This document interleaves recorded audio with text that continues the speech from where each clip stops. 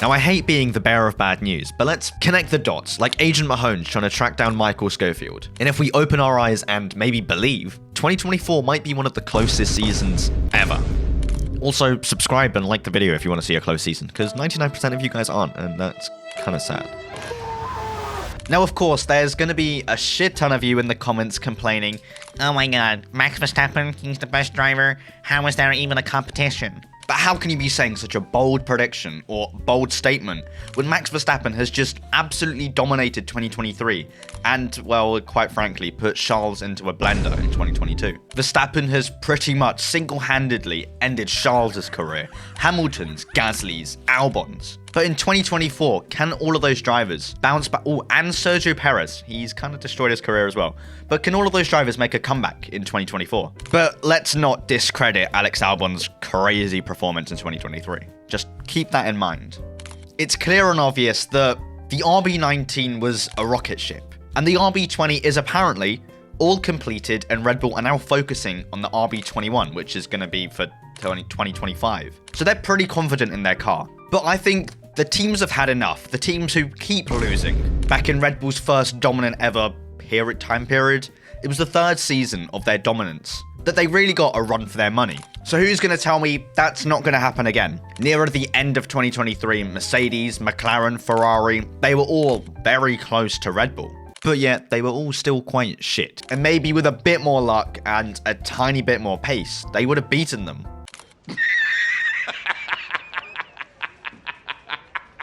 Lando could have gotten his first win. But let's be real, that's not going to happen until 2055.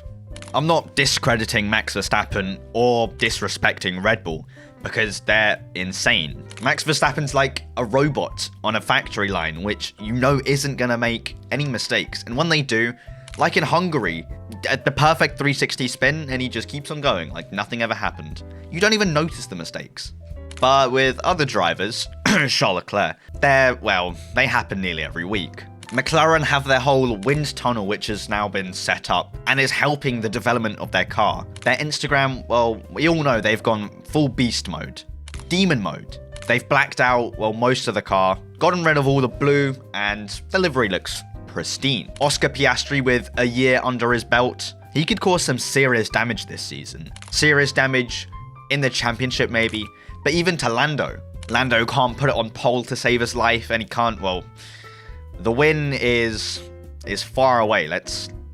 And Oscar Piastri, he's won a race, a sprint race, but that's still a win.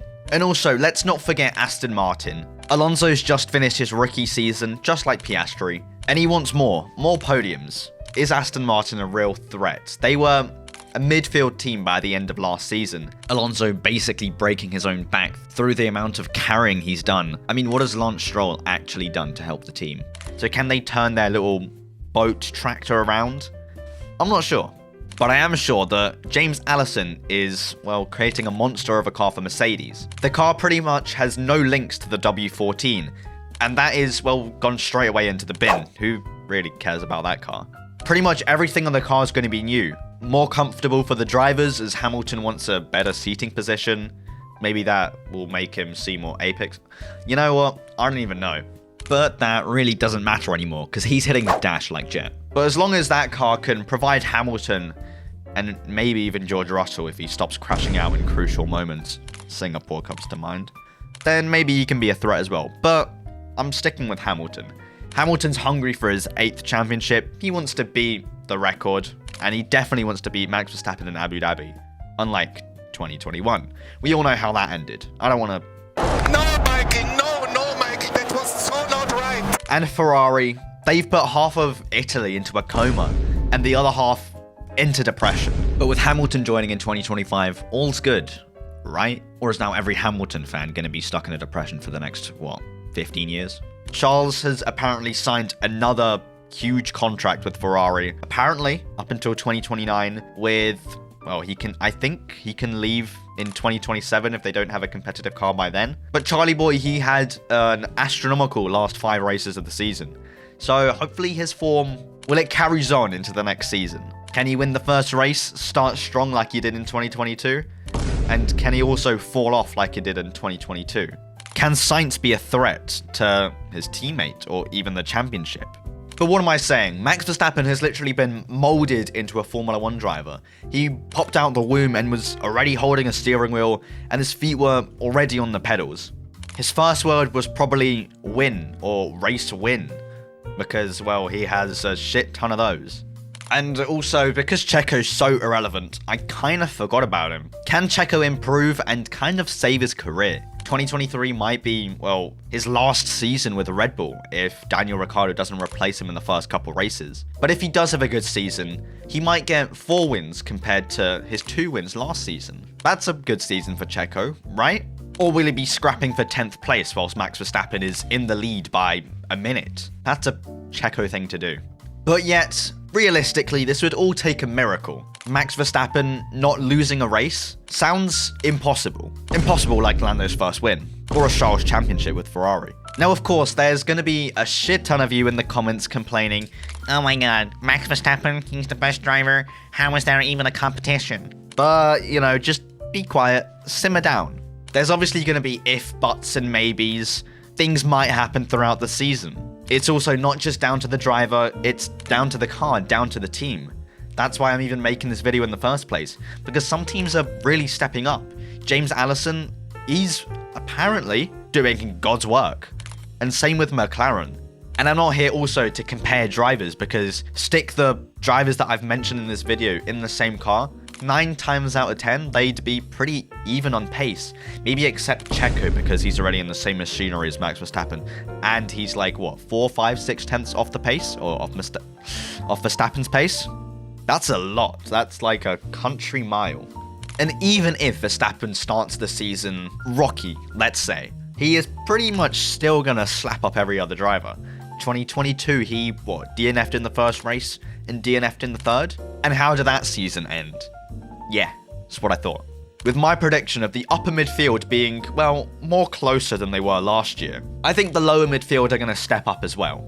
Talks of V-Carb, my bad, Red Bull, what is it called? Visa, Cash App, RB. Sorry, have to use the full name now, my bad. Talks of them using parts or stuff from the RB19 will kind of make them more of a rocket ship. And with Daniel Ricciardo behind the wheel, it's going to be a real threat in maybe the midfield even, or the upper midfield. Williams, they've, well, done God's work as well last year. And they're moving places I really didn't expect, even in 2022 or 2021. Logan Sargent, a year behind the wheel.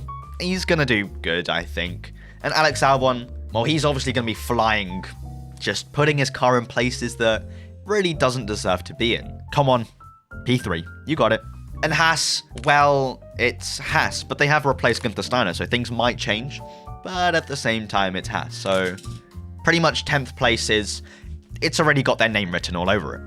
And the Anita Max Wien team, yeah, I have really no words for them. They're gonna be battling Haas. Let's keep it a buckaroonie there. Missed out any teams? Of course, it's Alpine. I've missed out Alpine. Where are they going to be? I don't know. In the bin, probably, as they usually are. Am I being delusional, or are you guys just going to flame me in the comments? Probably both. I'm just hoping for a good season. Tons of overtakes, fighting for race wins, fighting for podiums.